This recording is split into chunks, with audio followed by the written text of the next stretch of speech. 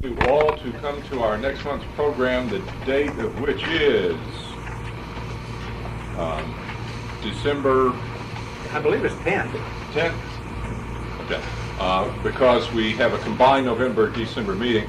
Our speaker for that particular program is going to be Professor Emeritus Robert Flanders, who, in addition to his duties as teaching at SMS, was the director of the Ozarks Studies program and editor of Ozarks Watch magazine until his retirement, a journal I hope many of you subscribe to. Bob is going to talk to us on life in the Ozarks. He is entitling his talk Ozark Memories from the Great Depression to Prosperity. So it will be an overview of Ozarks history with some of his personal reminiscences sewn in.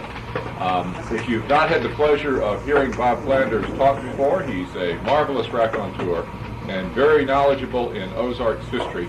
And so this is a meeting you really won't want to miss. But then all of our meetings are meetings you don't want to miss, because I hope you think we've had a wonderful year of speakers as we're coming towards the close of this year, and I think we've had a good program.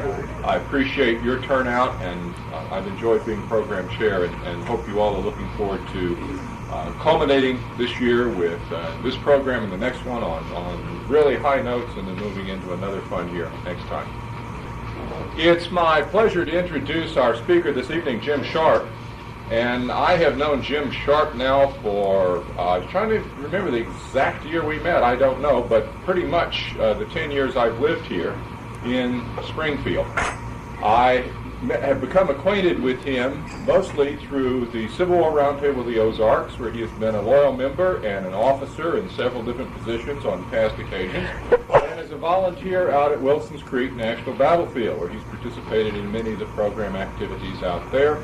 And since then have got to know him in other occasions and socially, as we both share a keen interest in all aspects of history. I talked with him, actually I think I cornered him one evening at the Civil War Roundtable and said, I'm looking for speakers for the Greene County Historical Society.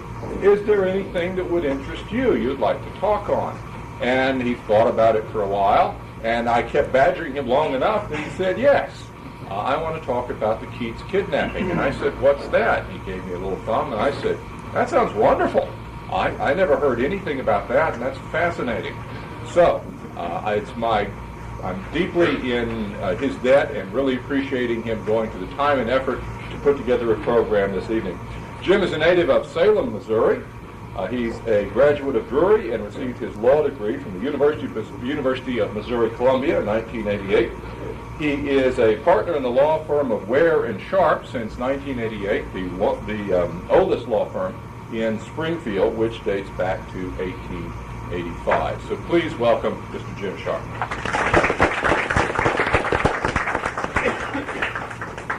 Thank you. As Bill stated, I'm a lawyer here in town, and a lawyer with Bill Ware. I don't know if many of you may know Bill Wares here in Springfield. And the reason I got interested in this subject is Bill Ware Sr. knew many of the participants in this fascinating tragedy that occurred in 1917. And so I've been fascinated with this for a long time.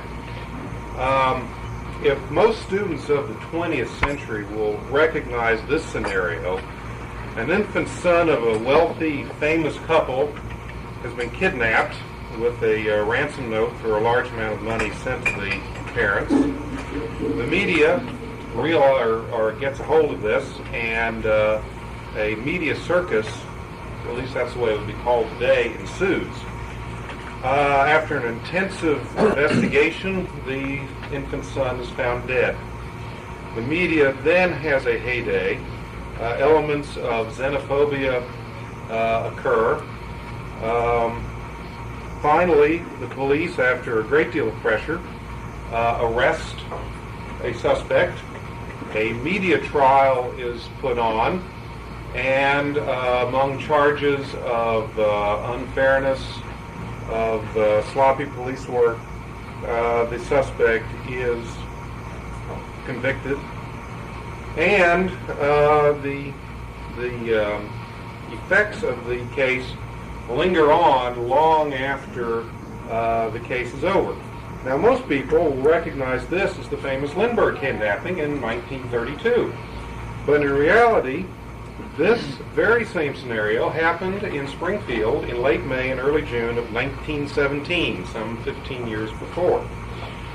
Now, I could go on for a long time about the various aspects of this particular case. However, I am particularly interested in how this case affected three people, and through these three people, how it affected not only Springfield, but the United States as a whole.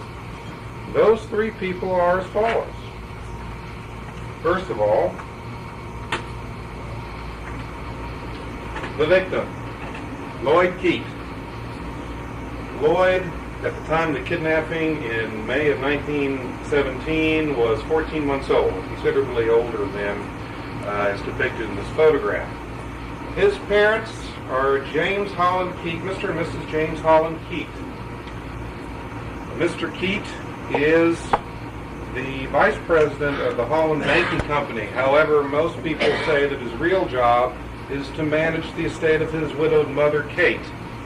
The Keats own Keat and Roundtree Mercantile Company, a very successful dry goods company, and the elder Mrs. Keats' estate is estimated in 1917 at being approximately $3 million, which is a considerable amount of money, and they are considered the wealthiest people in Springfield, if not southwest Missouri.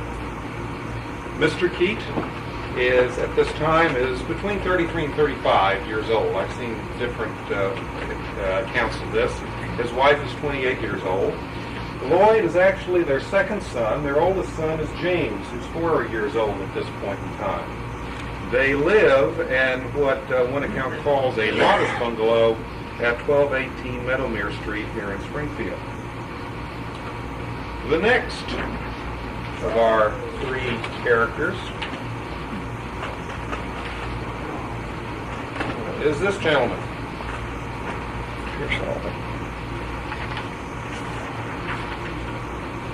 The accused, Claude Pearsall. At this point in time, Claude is 20 years old, 1917. He's the son of a fairly successful veterinarian here in Springfield. Claude is described in various accounts as being mild-mannered, well-spoken, intelligent, handsome, soft-spoken. He's also recognized as being an avid reader. He is often seen in the public library here in Springfield, and particularly he reads war novels and espionage novels. I guess this is before the time of James Bond, but very similar type books. And apparently he's very fascinated in this. One of his friends is a fellow by the name of Cletus Taylor, who is a delivery driver for Her's dry goods store, who is also involved in this case. The third person in this case is this gentleman, Roscoe Conkling Patterson.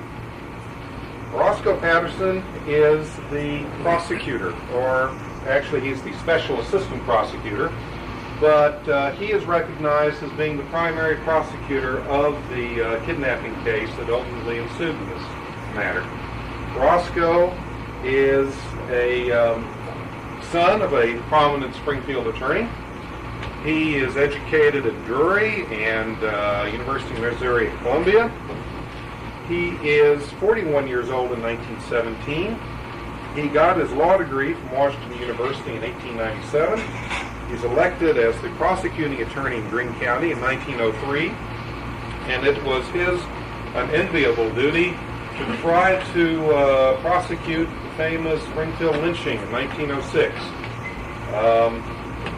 He is, after leaving office in 1907, he resumes practice at the Patterson Law Office and is known as an excellent trial attorney, and also a very politically active one. Now, to put this case a little bit in historical perspective, you must remember, I like to refer to a couple of dates. 1906, a lynching of 3 black men after an allegation that one of the black men attempted to rape a white woman resulted in an all-out race riot in Springfield. This caused the United States Army to have to be called in to restore order in Springfield, Missouri. And overnight, almost the entire black population of Springfield becomes refugees. No one is convicted of any crime, apparently, from my understanding, from this race riot. August 1914, war erupts in Europe. As the war goes on, Germany begins a unrestricted submarine warfare against Great Britain. Submarines from the German Navy sink British ships, and as a result, Americans are killed when their boats that they're riding on are torpedoed. This causes a wave of anti-German sentiment in the United States, which results in April of 1917, about a month and a half to 2 months before this occurs, the United States declaring war in Germany. At this point in time, I wouldn't call it, almost a hysterical anti-German feeling erupts. Also, great espionage and spy scare ensues. Almost daily, the papers report on rumors of German spies operating in the United States, of sabotage of war plans, of infiltration of labor unions and anti-war groups in an attempt for the Hun to win the war. Also, there are reports of German atrocities like the stabbing of babies with bayonets and the raping of nuns. And it causes a great deal of anti-German feeling, very emotional anti-German feeling. Now, to the case itself. May 30th, 1917. Mr. and Mrs. Keet leave their home for an evening dance at the Springfield Country Club. It's around Memorial Day. And Mrs. Keet puts her infant son Lloyd in his crib at about 9 p.m. Later in the evening they return. Mrs. Keet looks in on her children. Her son James is sound asleep in his bed, but Lloyd is missing. This does not cause any particular alarm in Mrs. Keet, as often their nurse, Miss Ida McCann, takes the baby when the baby becomes fussy. So she checks with Miss McCann, but Miss McCann doesn't have the child. Then the parents become frantic, and almost immediately they suspect a kidnapping plot. Sure enough, the next morning, they received a ransom note. And this is the ransom note.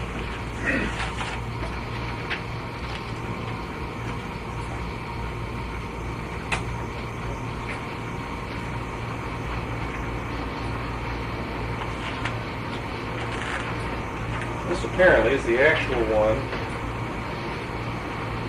that they received. And it reads, as best I can tell, "We sure got your kid.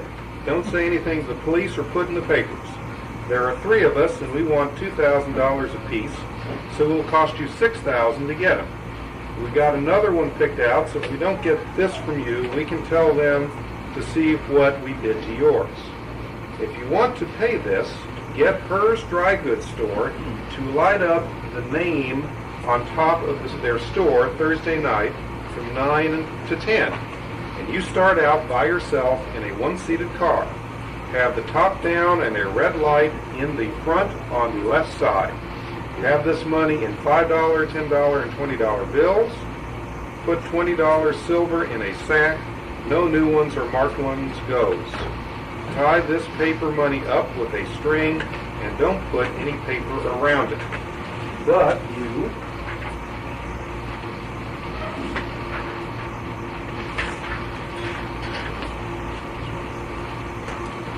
must put this letter in with it sure. Start at 10 o'clock, go out Boulevard, through Galloway, and keep Main Road to Ozark. When you get to Mill by Bridge there, go around by Depot and take road going west, straight to Nixie. And come in town on Campbell Street Road, until you get to a schoolhouse about 1 mile out. Then go west to Catholic School and come in on New Street to College Street. Then go out Carthage Road and take Main Road to Republic.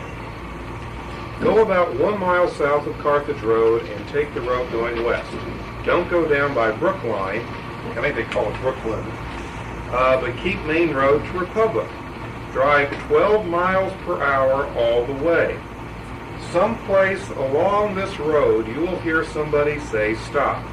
Then get out with a white lantern and walk 100 steps back of car and sit the lantern and the money in the road. Then get back in car and go 1 mile, then come back to lantern. And if you have left the right kind of money, there will be a letter on the lantern saying where to go to get your kid.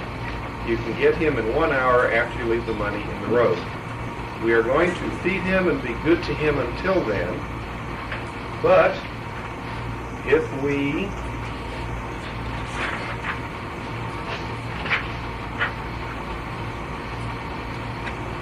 don't get this, you will have a tough-looking kid.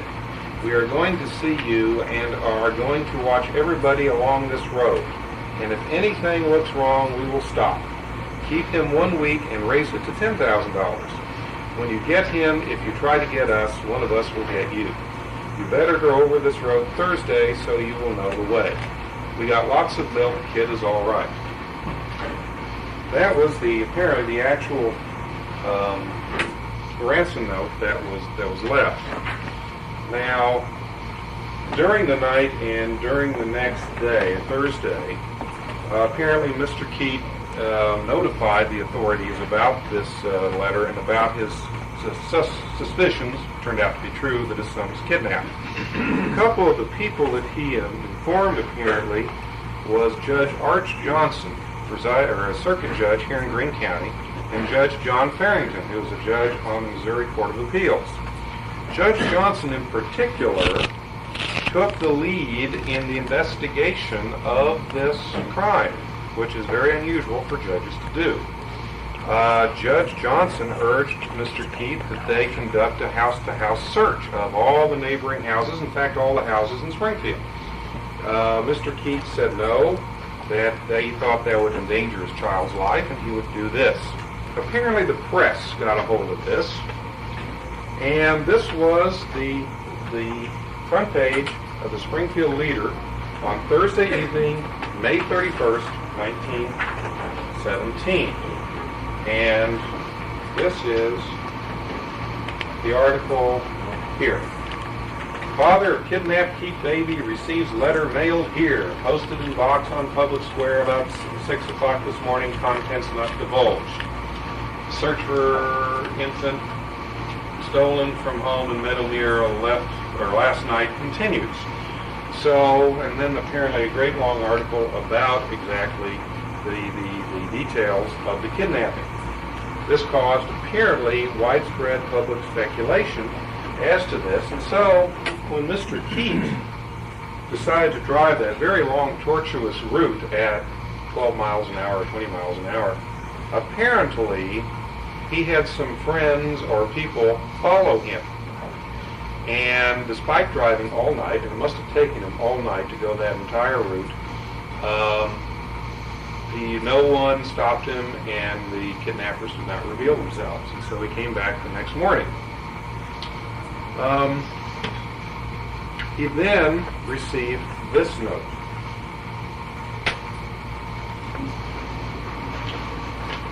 In the post the next day. It didn't take us long to find out what was up last night. We told you we would see everything that didn't look right. Every saloon in town has known how much we wanted and which way we told you to go. When we seen what was up on the road, we come in. The kid is a good one, and he ain't cried but once. We're going to give you one more chance. So tonight, between 8 and 9 o'clock, we will telephone you where to go to find directions for road. Be ready to go. Don't stop. something place we were give you. The place we will give you a dry road.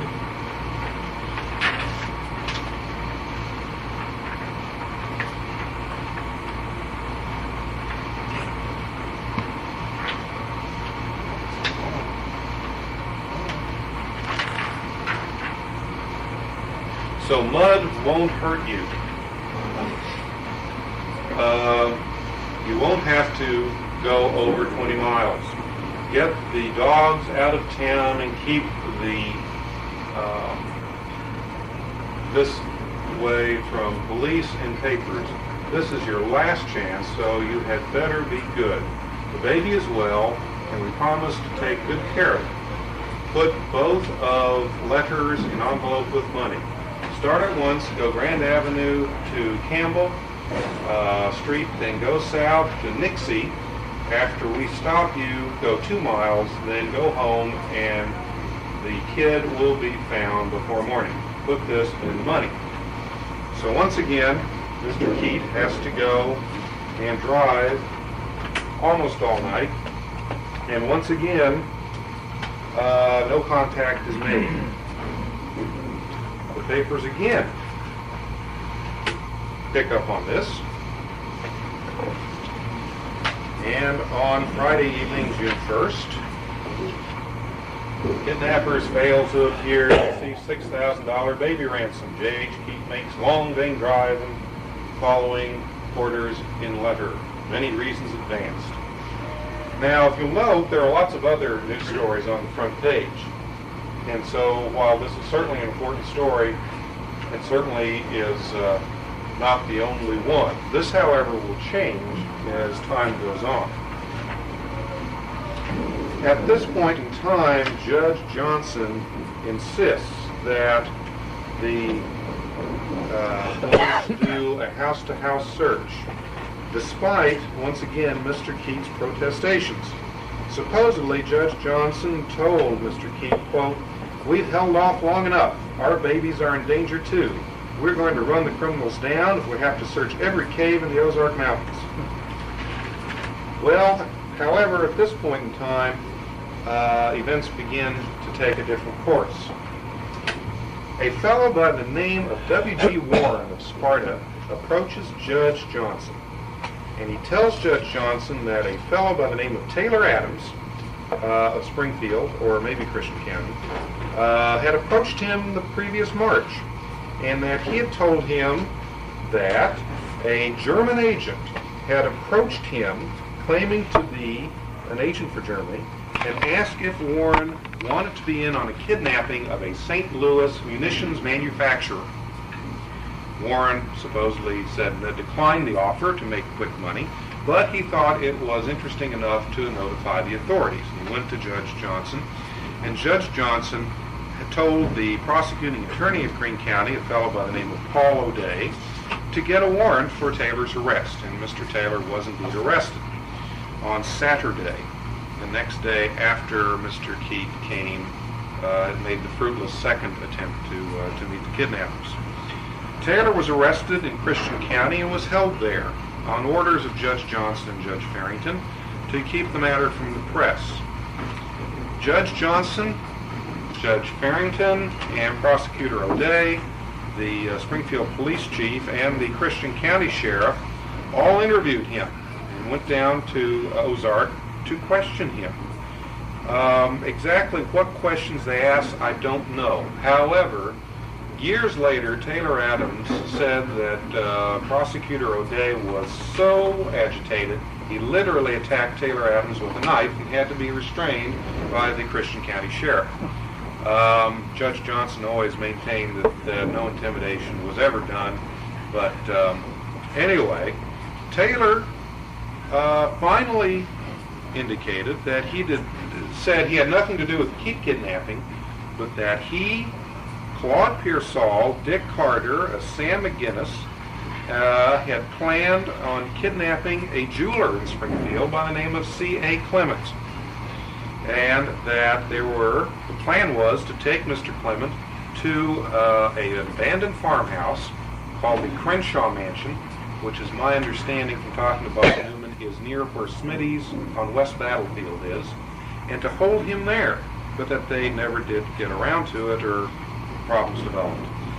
Well, this was enough for Judge Johnson and Judge Farrington and Prosecutor O'Day to have not only Claude Pearsall, Dick Carter, and Sam McGinnis picked up, but pretty much the entire Adams family.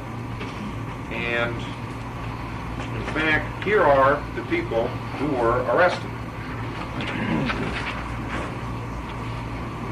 That's Sheriff Mackey. This was taken in Webster County during the trial. Sheriff Mackey is from Webster County. Dick Carter is in front. Cletus Adams is in front. Cletus is 18 at this point in time. Dick Carter, Mrs. Adams, Taylor's wife, Maxie Adams, who is age 17 at this point, Taylor Adams right here, Claude Pearsall, and Sam McGinnis. The papers apparently have not picked up on this at this point in time. This is the headline from Saturday evening, June 2nd, 1917. And again, they report that Keet declares he is still without new instructions. Father of stolen baby says he's received no more letters, denies trip last night. And on they go. Again, it is not the only story in the paper. Sunday, June 3rd. Again, it focuses on parents of baby admit opening of new negotiations. And mother holds up bravely, human interest story, but again, various other articles are in the paper. Then, June 4th, which is Monday, Mr. Keet, this is about the day that they arrest the other suspects, Claude Pearsall, Maxine Cletus Adams, Sam McGinnis, and Dick Carter. Don't endanger my child's life, says father, hostage. He pleads there be no interference by the authorities now. But again, nothing else on anything as far as the arrests which have been made. They pick up Claude Pearsall, and Claude denies pretty much at this point any involvement at all in any kidnapping plan. He will soon change his story and once again remark that yes, he was involved in a plan to pick up or to kidnap Mr. Clement, the jeweler. But later on, he is quoted as admitting to being a German agent and doing this in order to raise money for German espionage activities in the United States. And the reason that they wanted Mr. Clement was because Mr. Clement had, quote, dope on other Germans in the area who apparently were working for Germany, supposedly, and they wanted to silence him. Mr. Pearsall denied actually ever making those statements, but that's what he was quoted by both Mr. Taylor and several other people, including Judge Johnson. Now, as Tuesday comes, the press becomes more striking.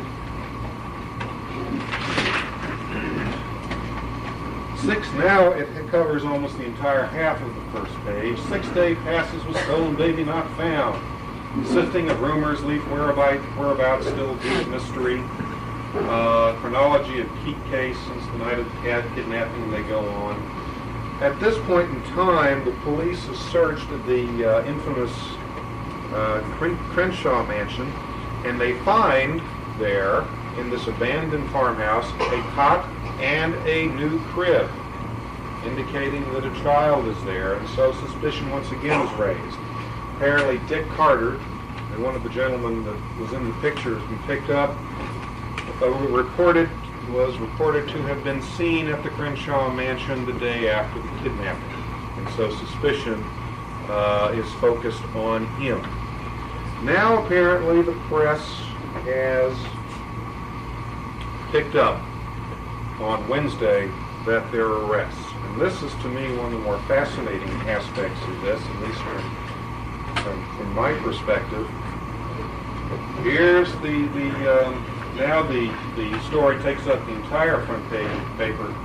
Many arrests, but baby is not found. Real abductors still at large, but captures thought near. And here, prisoner declares only kidnapping plot known to him was to help Germany. Tells story of being urged to take hand in plan to abduct St. Louis, holding contract with allies. But here they go that the press apparently was allowed to interview all of these suspects while they were in jail. And apparently the suspects spoke very freely to the press, something that I think any attorney would certainly warn his clients not to do. But here I don't doubt they had attorneys. But it was interesting that the reporters, and here they say at the very bottom of this one on the left-hand side, all talk freely when questioned by a newspaper reporter. And so that's always very fascinating to me that in that day and age, the press was allowed access to the suspects who were allowed to say anything they wanted to. And here, Farrington and Johnson secure confessions from those held, and the judges are becoming involved in the investigation of this, something that I doubt would happen now.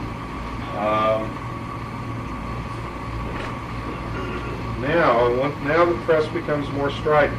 And again, the baby has not been found, and the worry increases.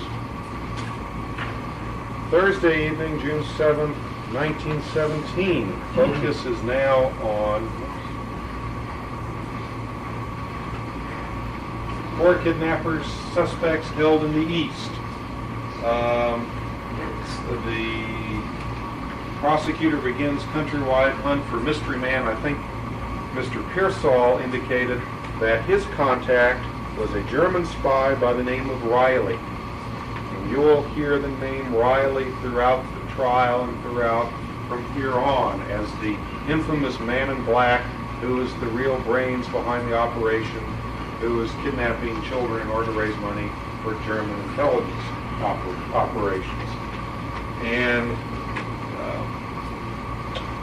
the very bottom on the right in the print, belief is strong, Claude Pearsall cannot escape of being held in connection with the Keet crime.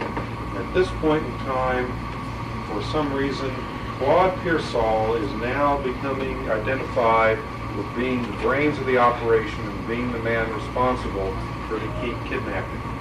Apparently Taylor Adams, Mrs. Adams, Clement and Maxie are all now fingering Clement Pearsall, or Claude Pearsall, as the brains behind the operation. And now we begin with German operations being linked to Claude Pearsall. The next day is Friday evening, June 8th, 1917.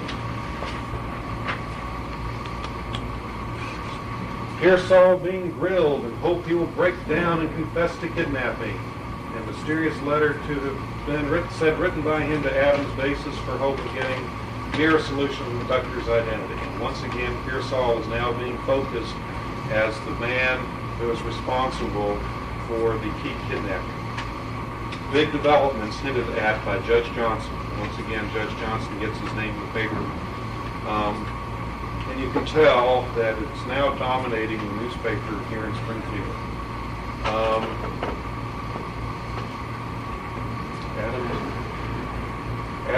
Once again, they say Adams apparently has told Covers his entire story.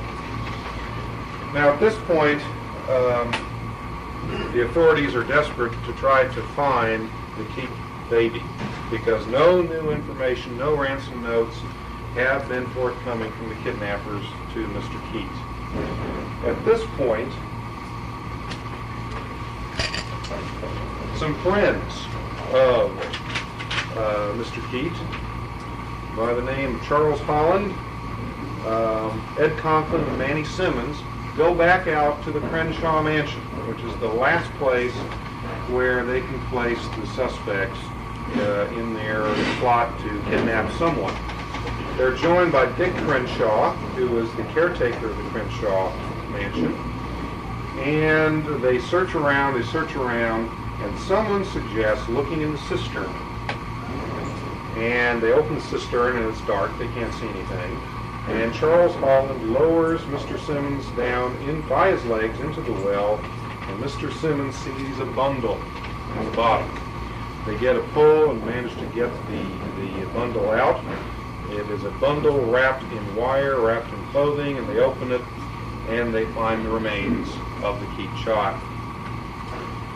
At this point, they are concerned about keeping this quiet, at least so some of the accounts I've read say, and they decide to bring the remains back to Springfield as quietly as they can. But on the way, they meet Holland Keet's uncle, Joe Keet, and they inform him of what they found.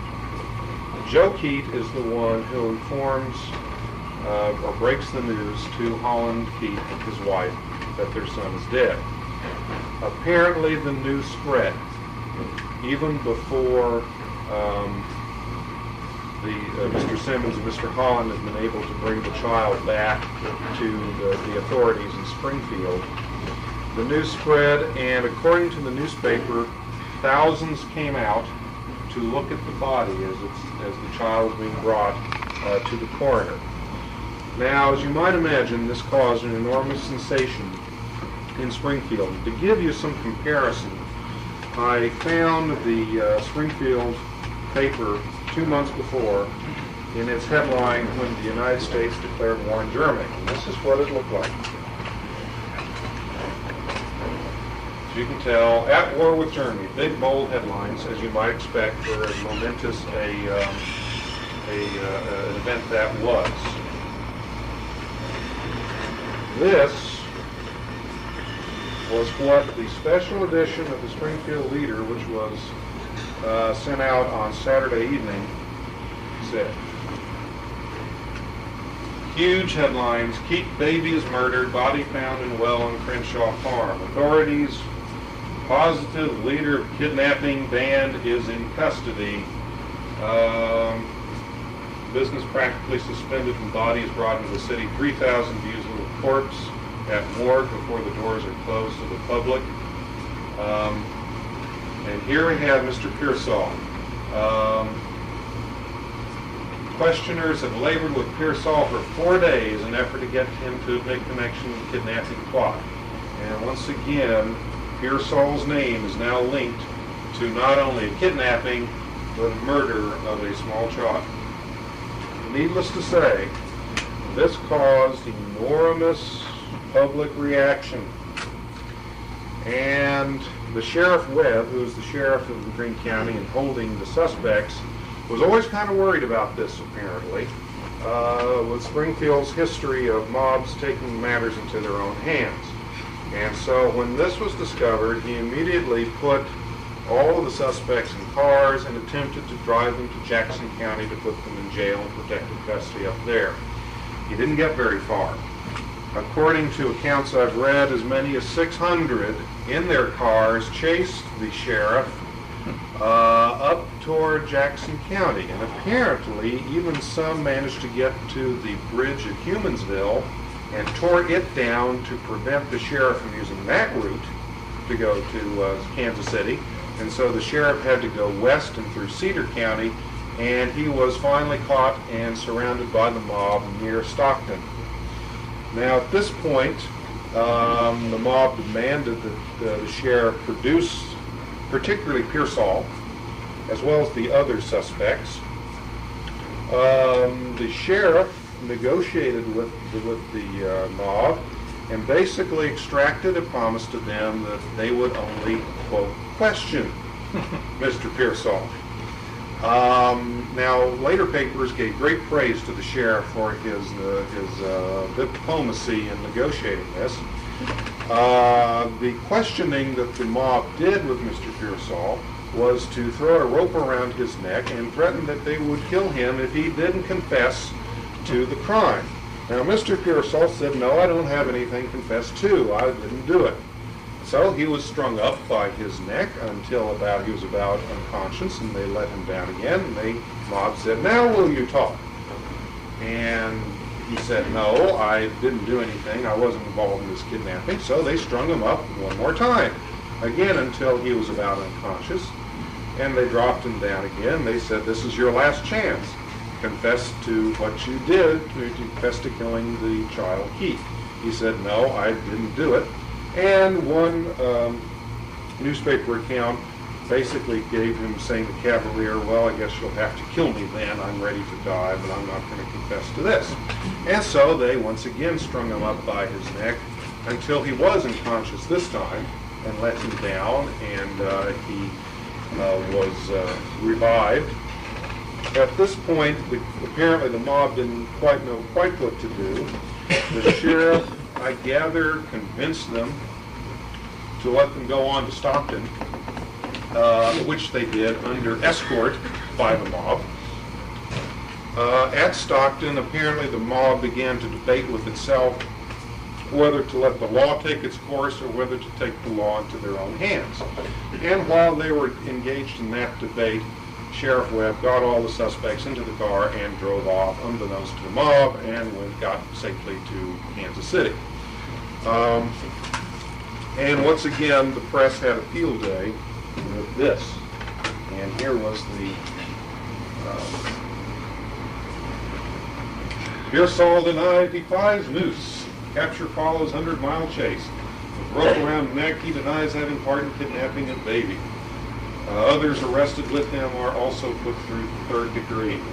And also, I like this article on the very far right. Headquarters here for giant German conspiracy belief. Federal agents are busy. So all of a sudden, supposedly Springfield is the hotbed of German intelligence in World War I. So there were no further mob actions, but apparently, once again, no one is charged or even with any crime as a result of this mob action. Now we come, for some reason, Prosecutor O'Day, however, after the body is found, charges Dick Carter with the murder of the Keet baby. And I gather that's because Dick Carter was the one they can most securely establish as being at the Crenshaw place, because the others they don't really have any eyewitness to. Mr. Pearsall is charged with kidnapping the Keet baby, but at this point he's not charged with the murder of the Keet of the Keet infant. All of the suspects are charged with attempted kidnapping of Mr. Clement. Apparently, while Mr. Pearsall was in jail at Kansas City, he attempted suicide by drowning himself, at least that's what one account indicated. And, interestingly enough, Mr. Pearsall's grandfather, who was a focus of the investigation because part of the plan for Mr. Clement was to bring Mr. Clement to Mr. Pearsall's grandfather's cabin near the Christian County border, he gets run over by a train 3 weeks later. And so suspicion is that, well, was he knocked off to prevent him testifying? No one really knows. Dick Carter apparently gets very nervous at this point in time, as you might imagine. And so, unbeknownst to Mr. Pearsall, Dick Carter cracks and begins spilling his guts to the authorities. This is about 4 weeks before the trial. He says that yes, they were all involved in the Keet kidnapping, that Pearsall was the brains of the operation, that all the defendants were in on it except for poor Sam McGinnis. And Sam McGinnis is still held for trial but he says no, Sam McGinnis didn't have anything to do with it. Neither did Mrs. Adams, but she still held the trial. Apparently the suspects or the accused get lawyers, and very good lawyers apparently of the day, and they get a change of venue, wisely enough, from Greene County to Webster County in Marshfield. I suspect that, as has been discovered recently in the Revell trial, Webster County was still probably within the media area of Springfield, and so a lot of people knew about the kidnapping there, but it was at least removed somewhat from the high emotions in Greene County. The trial is scheduled for October 9th, 1917. The prosecutor is Paulo Day, but he hires as a special assistant Roscoe Patterson. The defense is O.J. Page, an attorney from Springfield, who a year later is elected prosecuting attorney in his own right in Greene County, and also former Judge Thomas Moore of Ozarks, Missouri. A special train is set up between Springfield and Marshfield.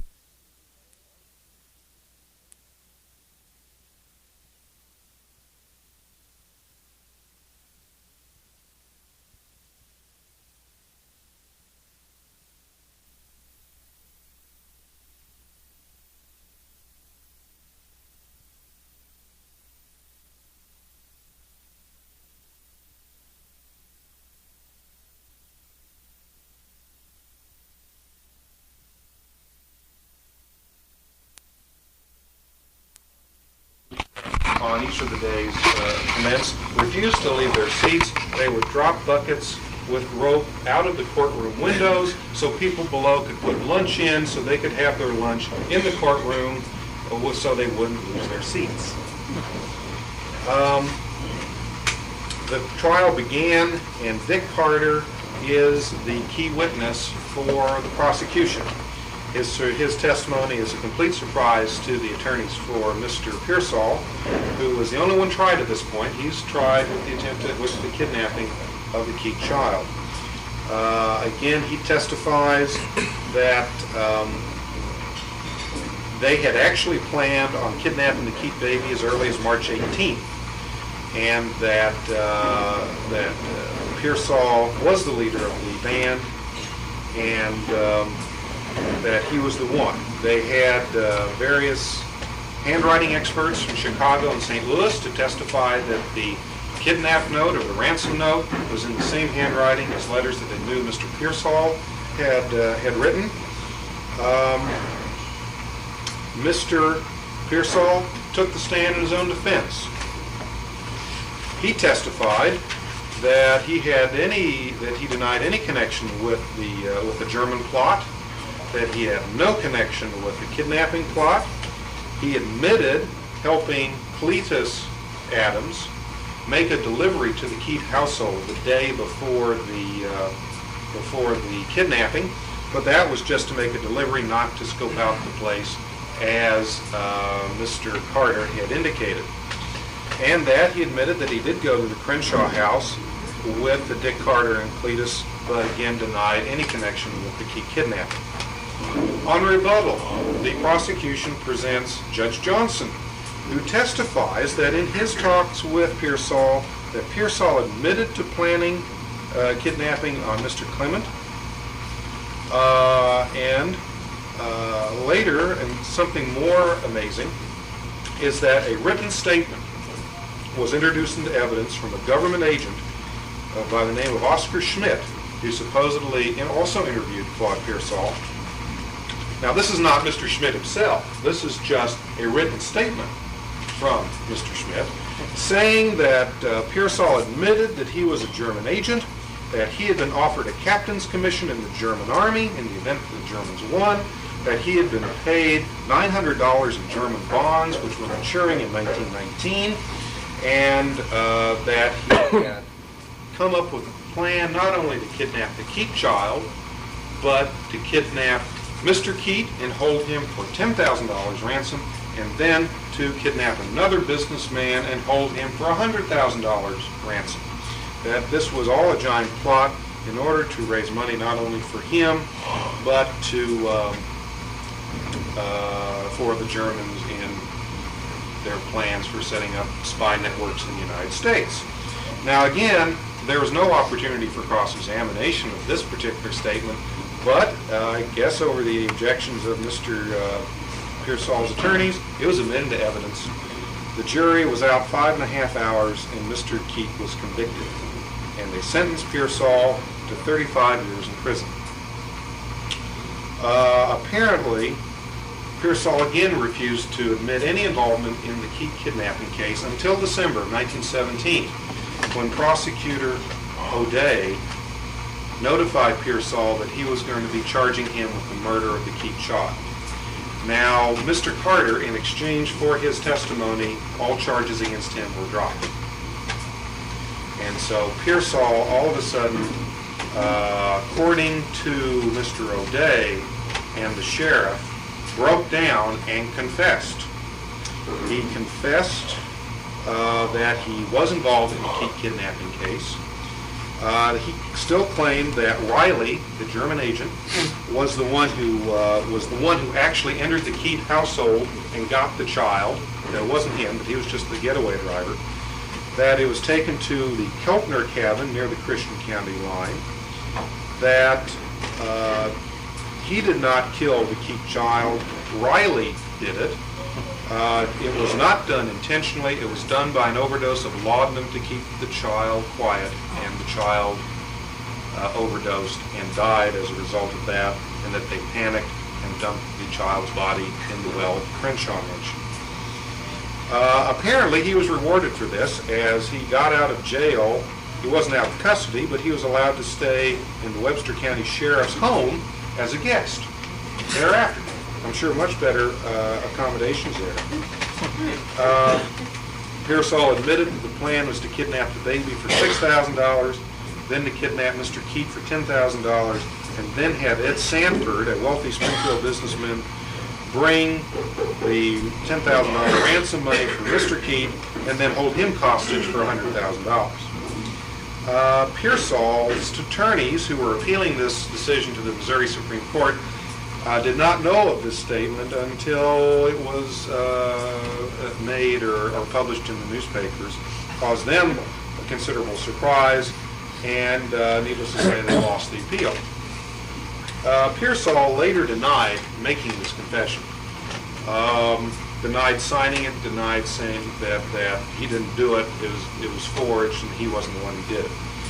But in any event, Pearsall apparently was convinced to turn state's evidence in exchange for the state dropping its murder charge against him, in exchange for their trial against Taylor and Cletus Adams, who were being charged again with attempted kidnapping of Mr. Clement. This caused Taylor and Cletus Adams to plead guilty, and they were sentenced to 15 and 10 years respectively. Also, there is some indication that a fellow by the name of Thomas Riley was apprehended in Philadelphia and charged with being the infamous Riley, the German agent, and that Mr. Pearsall was going to be the one who was going to be the star witness against him, until it turned out that they found out that Thomas Riley had no connection whatsoever with the Germans and was a completely innocent person and was released. Oddly enough, Mr. McGinnis, Mrs. Adams, and Maxie Adams were all ultimately released after Mr. Pearsall's trial, although they were kept in custody for several months. There's apparently no evidence, real evidence, that they're involved in this plot whatsoever. Oddly enough, no one has ever been convicted of the murder of the baby Keet. Mr. Pearsall served 20 years in the penitentiary in Jefferson City and was released for good behavior in May of 1937. The Springfield paper at that time reported on his release and called him, quote, the most notorious criminal Springfield ever produced. Still called him, basically labeling him as the murderer of the Keet child. Keet apparently was interviewed and again denied any involvement in the Keet kidnapping. Apparently he, according to the paper, in prison and became an expert leather worker and apparently went somewhere else because I can't find out where he went. He certainly didn't come back to Springfield. Now, the most interesting of this is Roscoe Patterson. He was the one who was primarily responsible for the prosecution, and his political career skyrocketed after this. He became chairman of the State Republican Convention in 1918. In 1920, he was elected to Congress from Springfield, served one term, and was defeated for re-election in 1922. In December 1925, Calvin Coolidge appointed him United States Attorney for the Western District of Missouri. And again, I believe it was based upon his reputation made in the Keet Kidnapping trial.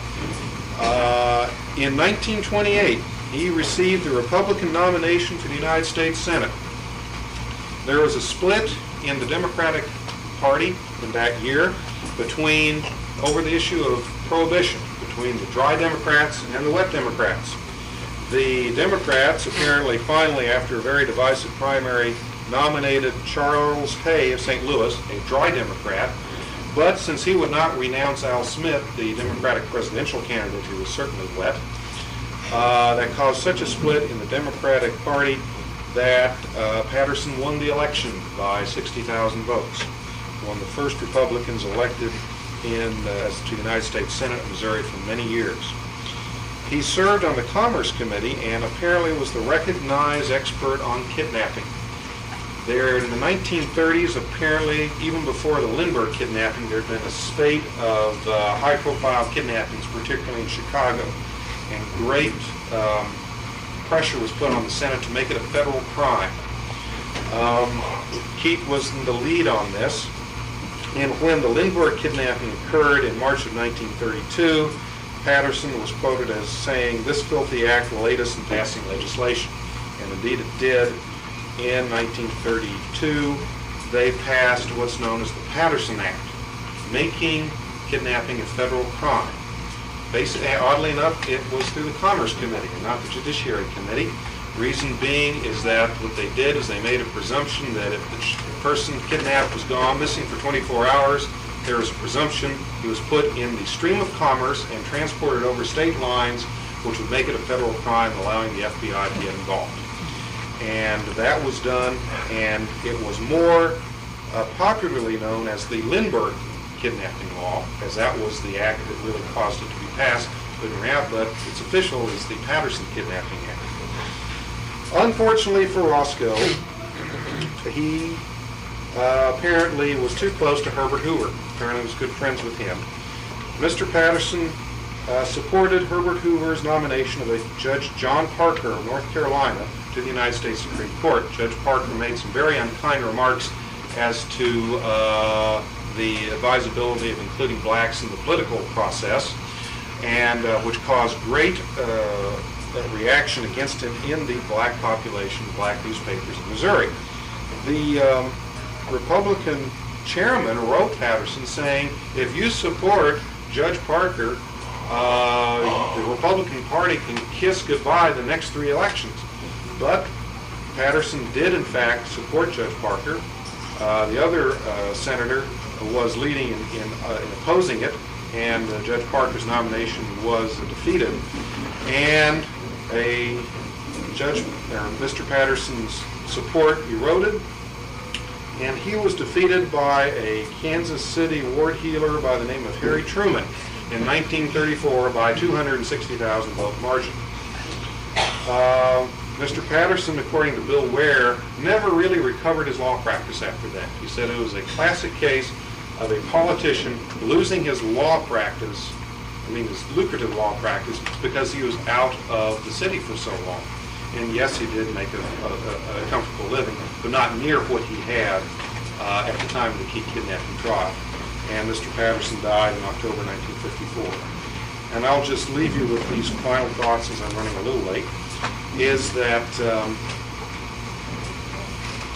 the Keet Kidnapping trial, I think, had a very definite effect on the passage of legislation to make kidnapping a federal crime.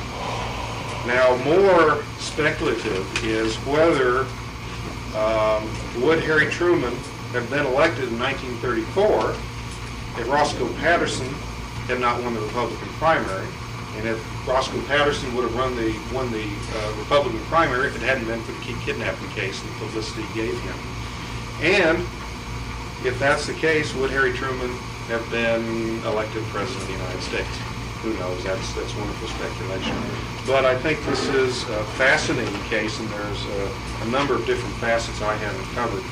But I hope this will give you an idea about a case that still lingers on today and its effect on not only Springfield, but the state of the law in the United States as well. Thank you.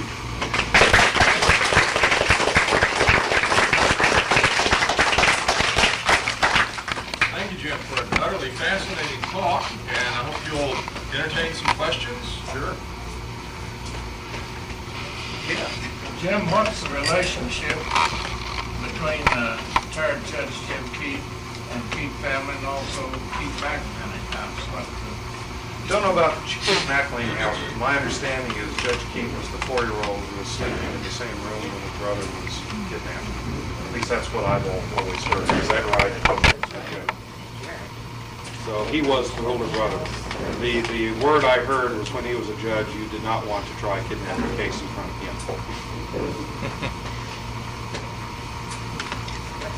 Yes, I was. Yeah. We got a correspondence from an individual not too long ago inquiring about a house on West Walnut, and the house seemed to have some. They were concerned about it, had some reputation or something that no one knew exactly what it was, and she was concerned about knowing what it was. Well, it happened to be, it's my understanding that this was the house of the parents of Pearsall, and so that was what the reason that it was kind of hush-hush or something connected with it. Interesting. Pearsall, did he seem, would today he be considered an unstable person, or was he just a kidnapper? Or It's interesting. The reports and the newspapers, you always have to take a grain of salt because they're very emotional. They report him as being very confident at the trial, very calm, very collected, very smiling, until Dick Carter took the stand, and then he went pale, according to the reports. You wonder, at least my wonder is he was apparently such a devotee of these wartime novels, these espionage novels, whether he had an active fantasy life, and if he did say, oh yeah, Riley was the one who did it, or is this him acting out whatever plot of some espionage novel he had read, I don't know, but I think there's some suspicion of that. I don't really read anything as far as him being a violent person, at least outwardly. Of course, and again, there are reports he tried to commit suicide by banging his head on the cell and trying to drown himself, which tends to make you wonder a little bit about his ability. But after being attempted to be lynched, I don't know. Maybe he may do one there too. So. Is there any doubt that he was the He was the perpetrator. Actually, I don't think there's any doubt he was involved in it. Who killed the child? And the Laudanum story does have a ring of truth to it, because it sounds like it was more of an accidental type, because apparently the body was no bruises, nothing to indicate a violent death. Whether he was the one who did it and whether he was the only one, I find it interesting he was the only one convicted of anything around connected with the Keet kidnapping. That still fascinates me, because it was obviously a conspiracy by some people, and there's an account written in 1918, a booklet on the Pearsall, very very melodramatic, but it ends in 1918. The search still continues for other people involved in this, and yes, the police know who they are, but they're still trying to catch them, but no one that I know was ever arrested or charged with anything else in the Keet kidnapping. So he was not the only one. He might have been the brains of the operation. It does seem that the Adams were sort of the lackeys for who the brains was. And Pearsall does seem to be. Yeah. I wanted to ask you another question, but so were the Adamses convicted of attempted kidnapping? Attempted kidnapping of the jeweler. Of the jeweler, but not kidnapping of the Keet. Which I find is interesting. and I don't know why, it would seem to me a very great feather in a political cap that they could convict everyone they could, but I'm not sure they had much evidence as far as connecting the Adamses with the actual kidnapping. Now, Cletus apparently was seen outside the Keet home. He claimed he was making a delivery from hers to the Keats that day.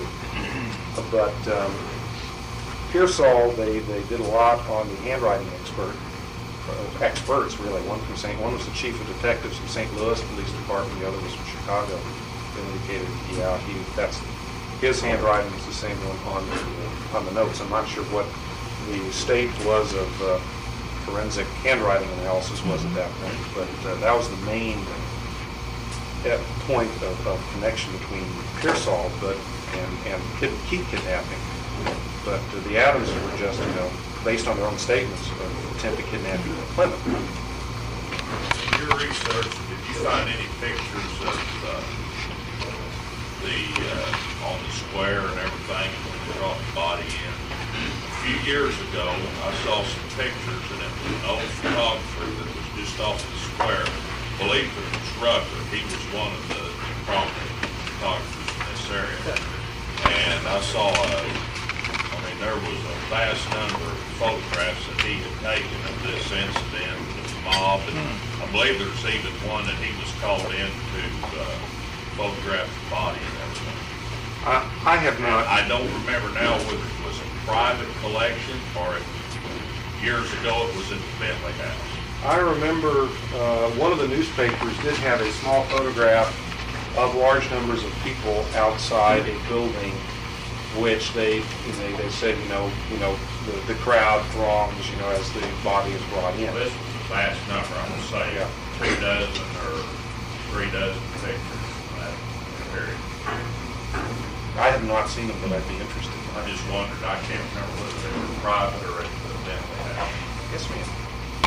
I don't know how long this happened after the kidnapping, but one of my grandfathers got a letter from Mr. Pearsall wanting him to help him to get a parole from prison. Oh, really? And I don't know how long you have to wait after you've been in prison for that. But I know Grampy said, I feel kind of sorry for him, but I can't do it. I'd be run out of town.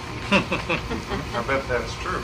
Although I gather from some of the statements that there was some sympathy from some people for Pearsall. I'm not sure it's because they thought he was innocent, but they thought that, here's this nice young, good-looking boy who's somehow been perverted to the wrong path. And, but I think there was some sympathy for young Mr. Pearsall. But again, I think there was a lot of public anger as the lynching incident, I think, showed. Were you able to find out how far-reaching the publicity was on this? No, and that's one of the things I would like to know. The secondary articles say, put Springfield on the map nationally, is all covered by the national news. I haven't had a chance to look at any of the other New York Times, Chicago Tribune, or whatever the other papers were. But I would be interested in whether, in fact, it was covered. I think it must have been covered at least throughout the state, and it sounds like something that the national would pick up. Maybe not as extensively as the Springfield paper, obviously. But I'd like to see. It sounded like at least there was publicity, at least as far as Chicago. Yeah. I mean, quite a bit of publicity, at least that far. I speak as Marjorie Armstrong, the widow of O.K. Armstrong, who died about 12 and a half years ago by natural death here in the States. He was a good writer, and he was a member of the Congress.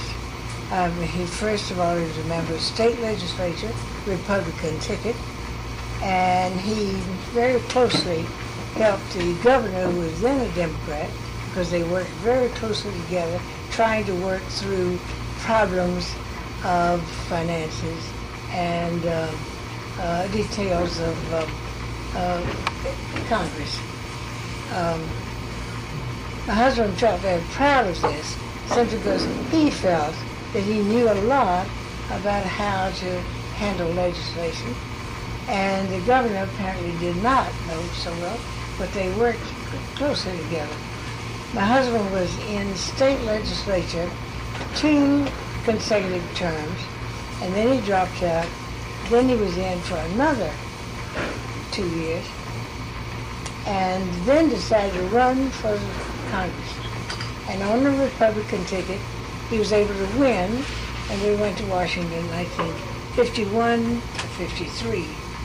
At that point, Dewey Short, who had been in for 20 years, had been thrown in the same district as O.K. Armstrong here in Greene County, and it was an awkward situation, but my husband decided he would best bow out and give it to a man who'd been in for 20 years, and he'd been in for only 2 years. Orland's been dead about 12 years. Did he know Roscoe Patterson? I wouldn't be surprised. I bet he don't did. know that. It's very possible he did, but I don't know that. I joined the family late 1949, so I don't know all the things that were happening then. But I had been a Democrat for years, and I was no longer a Democrat. I decided it would be part of wisdom for me to join the Republican Party. And I've been a Republican since. I know Senior, Bill Ware Senior, who told me stories of Roscoe Patterson. He voted dry, but that was not necessarily his personal choice, according to Senior. Also, he was his attorney. He was known for his stubbornness. Very nice gentleman, but his client was always right, and the other person's side in the lawsuit was always wrong.